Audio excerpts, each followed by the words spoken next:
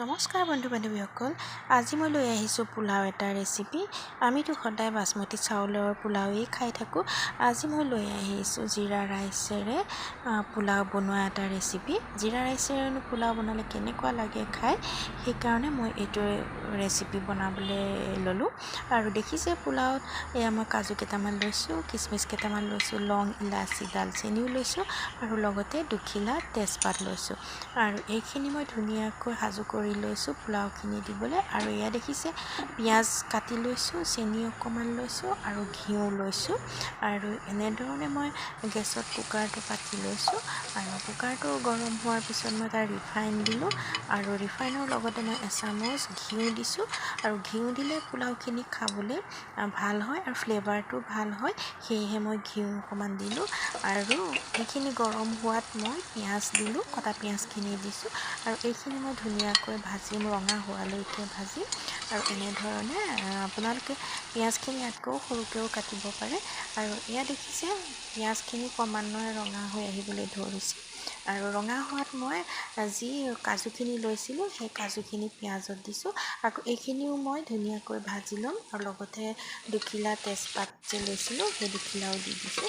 আৰু ধুনীয়াকৈ গোটেইকেইটা বস্তু মই ভাজি ল'ম।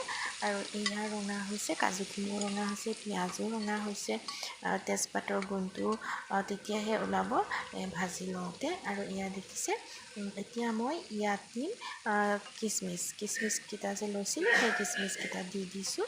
কিচমিচ মই বেছি লোৱা নাই, নিজৰ প্ৰয়োজন অনুসৰি ল'ব পাৰে। আপোনালোকে বেছিও দিব পাৰে, কমকৈও দিব পাৰে, মই কমকৈ দিছোঁ। আৰু এইখিনি মই ধুনীয়াকৈ ভাজি লৈছোঁ। অকণমান ৰঙচুৱা হোৱালৈকে ভাজিব লাগিব, গোন্ধটো ভাল ওলাব লাগিব, সেয়েহে মই ভাজি লৈছোঁ। আৰু লগতে মই যি চেনি অকণমান লৈছিলোঁ সেই চেনিখিনি ইয়াত দি দিছোঁ। চেনি দিলে মানে পোলাওৰ কালাৰটো ভাল হয়, সেয়েহে চেনি অকণমান দিছোঁ। চেনিখিনি ধুনীয়াকৈ পিঁয়াজ লগত মিলি যাব লাগিব, সেই অকণমান ভাজি লৈছোঁ। আৰু এনেধৰণে ৰঙচুৱা হৈ গ'ল। আৰু তাত মই চাউল দিছোঁ, চাউল মই অকণমানকৈ দিছোঁ। এয়া দেখিছে এইবাৰ কিন্তু মই এয়া জিৰা ৰাইচেৰে পোলাও বনাইছোঁ। কেনেকুৱানো লাগে খাই চাওঁচোন, কাৰণ বাসমতি চাউলেতো আমি সকলোৱে খাওঁ, সেয়েহে জিৰা ৰাইচেৰে এয়া বনাইছোঁ। এয়া দেখিছে এয়া মই লৰাইছোঁ। চাউলখিনি দিয়াৰ পিছত কমেও মই 10 মিনিটমান লৰোৱাৰ পিছত এতিয়া মই দালচেনি, ইলাচি আৰু লংকেইটা দি দিছোঁ।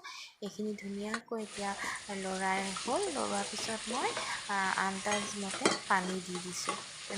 পানী বেছি হ'লেও ধৰক বাসমতি চাউল যিহেতু নহয়, সেইকাৰণে পানী অকণমান কমকৈ দিব লাগিব। আৰু এয়া মই গেছত বহালোঁ আৰু চিটি মৰাৰ পিছত মই এয়া গেছ অফ কৰি দিলোঁ। আৰু এয়া দেখিছে এয়া ঢাকনখন খুলিব লৈছোঁ। ঢাকনখন খোলাৰ পিছত কেনেকুৱা হৈছে চাওঁচোন। এয়া দেখিছে পোলাওখিনি ইতিমধ্যে হৈ গৈছে। আৰু গোটেই বস্তুখিনি মই ধুনীয়াকৈ মিলাই ল'ম। আৰু এয়া দেখিছে মিলোৱাৰ পিছত এনেকুৱা হৈছে, দেখিবলৈতো ভালেই লাগিছে। আৰু এয়া মই ৰাতি খাবৰ কাৰণে বনাইছিলোঁ, কেনেকুৱা হয় খাই চাব লাগিব। আৰু এয়া দেখিছে ব্ৰইলাৰ মাংসৰ লগত আজি পোলাও, জিৰা ৰাইচৰ পোলাও সোৱাদ ল'ম। আৰু বন্ধু বান্ধৱীসকল ভিডিঅ'টো চাই ভাল পালে লাইক, কমেণ্ট, শ্বেয়াৰ কৰিব আৰু চেনেলটো ছাবস্ক্ৰাইব কৰি দিব। Thank U.